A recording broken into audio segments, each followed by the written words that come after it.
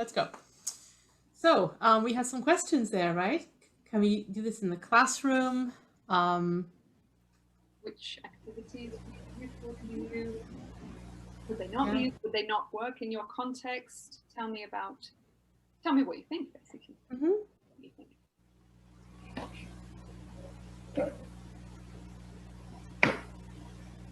Yes, Edione? Mm-hmm. Here, especially with my students, if we do an activity like this, we can start with games because they love games.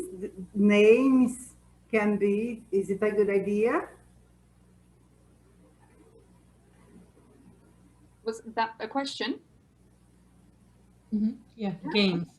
We can definitely, you can definitely do it as a game. I think someone said in the chat, practice doing it with animal sounds for children. But if you work with children, the R sound is a very good sound to practice with them because they can have fun pretending they are animals. So that's a very good idea. I think it was Sergio who said it. Yeah. So definitely be as creative as you like with the pronunciation activities.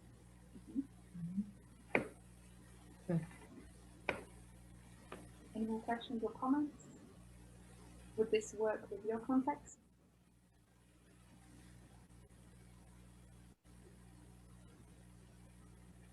Slide para eu ler.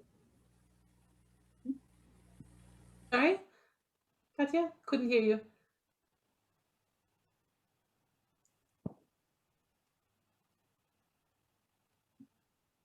Some of you in the breakout rooms were saying that it was a little bit difficult to do activity 2. Would you like to say something about that? Do you think it would be difficult for your learners, for your students?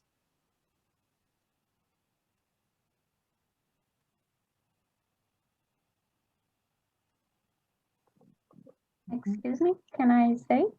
Mm-hmm. Yeah.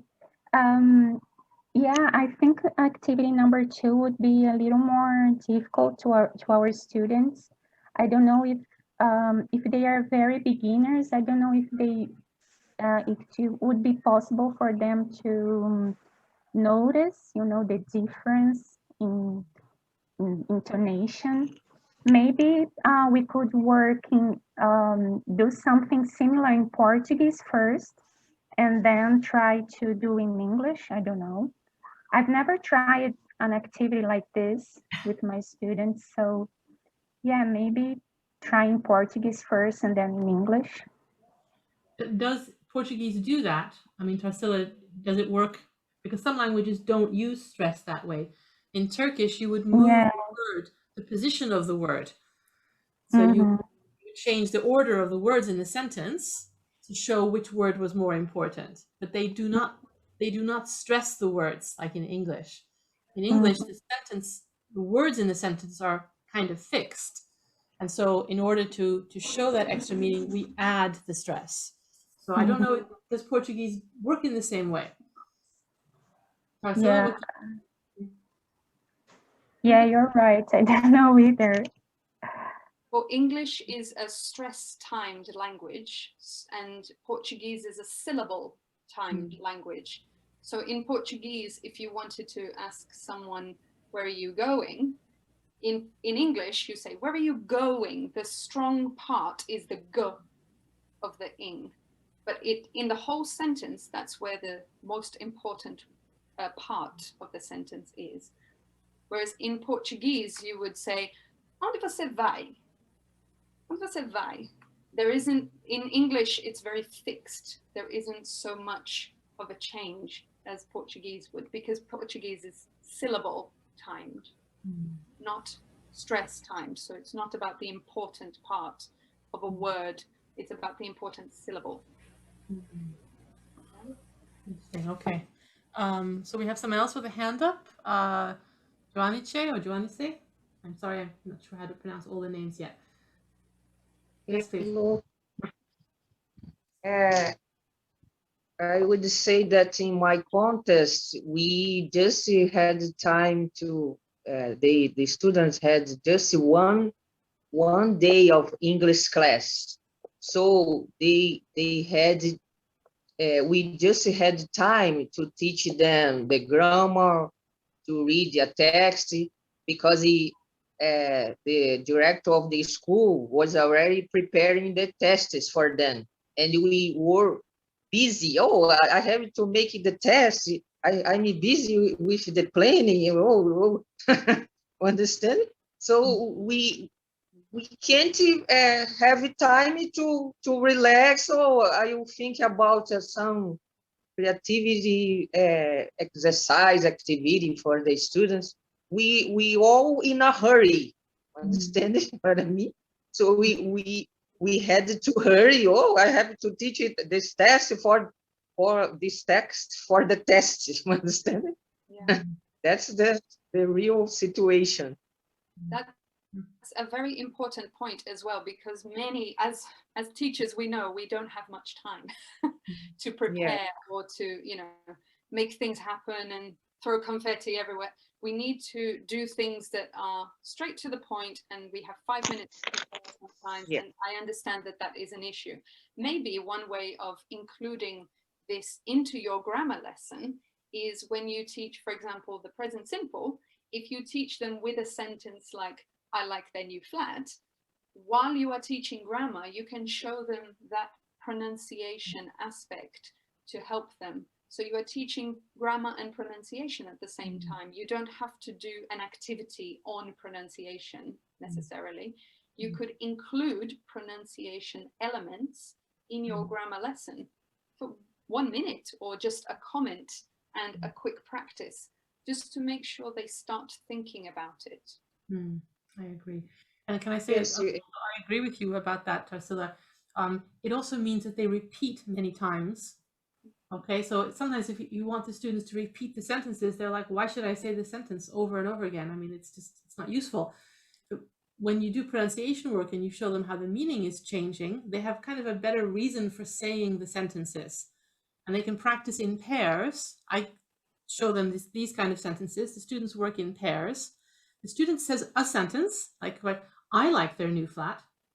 Which number did I say? I like their new flat.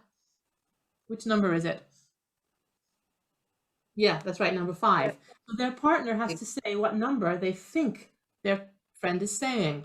And then they will get some feedback, because maybe they said it in a different way, okay? So it's a very quick kind of pair work practice. Giving them pronunciation practice means they repeat the sentence, and they're actually repeating the grammar structure that you want them to repeat. So it's a sneaky way to do grammar and pronunciation at the same time. Yeah, and hat and rat, those 2 sentences, that could be a warmer. That's just 1 minute at the beginning of class.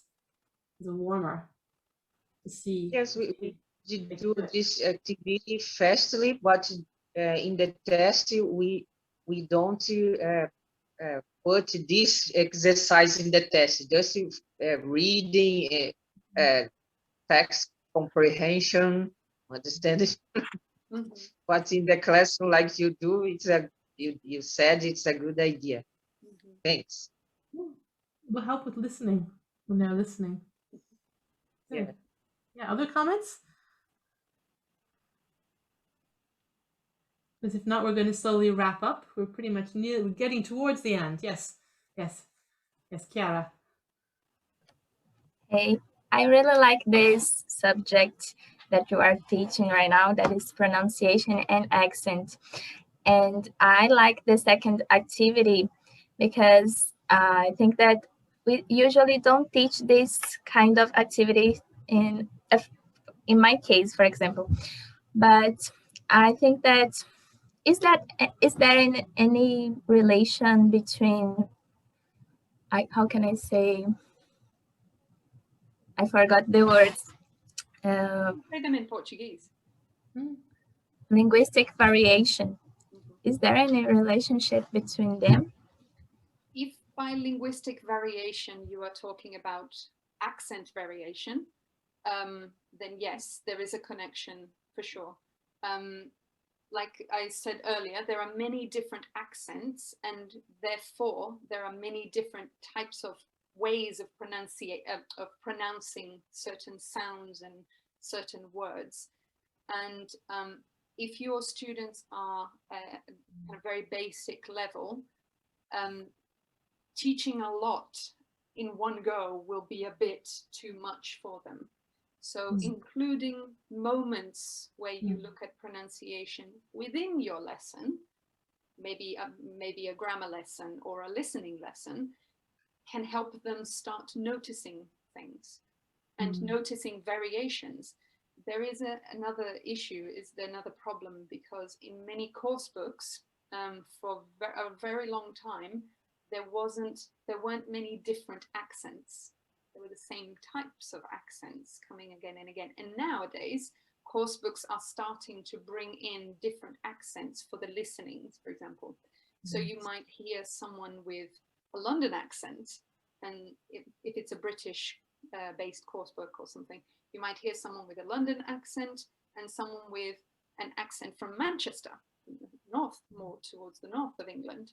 You might hear someone with a Scottish accent. It will still be appropriate for the students and the level will be good, but they are trying to include more and more accents because it's important for people to tune in, as they say, to different ways of saying the same thing and to ways of connecting the words, like the "don't worry" question that you asked earlier. One of you, I can't remember, I think it was Katya, I'm not sure. But there are different ways of working on this in the classroom. Also, with English as a lingua franca, that is the focus. The focus is making sure that students can understand people who speak another language, but are communicating with them through English, right? That's the goal. They don't have to sound perfect. They just need to be understood. Great. Yes, thank you very much. Just make one or two quick comments, and then we're basically at the end of the webinar. We've gone a little over tonight because it's such a big, meaty topic. I understand if you only have a class once a week with the learners or twice a week with the learners, you haven't got a lot of time to do pronunciation, but you can do just 1 minute. If you're playing a game to show them something, I mean, try to put a little bit of good pronunciation in there. Of course, when you're speaking English, you're a great model for your learners. When you're giving some instructions in English, they're getting more listening practice, and gradually they will start to speak more. Yeah. It will come. You only need a little tiny bit. And you might not do it in every single lesson. Yeah, I think that's useful to think about. If we only have grammar lessons, we end up with students who cannot communicate in English. They know the grammar, they can take a test, but they cannot speak. And then why did they learn the language if they can't talk to anybody? That's really a shame. And I know it's difficult for teachers because you're in the middle between the expectations of the ministry and the head of your school and the parents. And what you want to do as a teacher, you want to help them to speak, but it's not tested. So I know how difficult that is.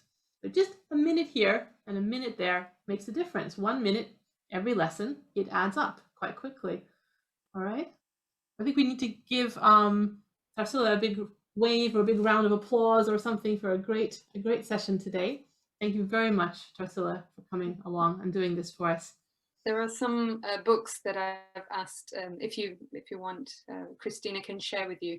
There are some books that I've recommended. If you want some activities, they are pre-prepared. It's not anything new working on pronunciation, so there's plenty of material.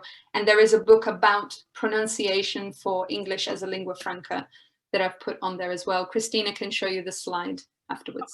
I'm going to give the slides to everybody later, so don't worry. Brilliant. Okay, I'm going to stop recording here if that's okay. All right. So thank you very much, Tarsila. Very welcome. It was a pleasure. Thank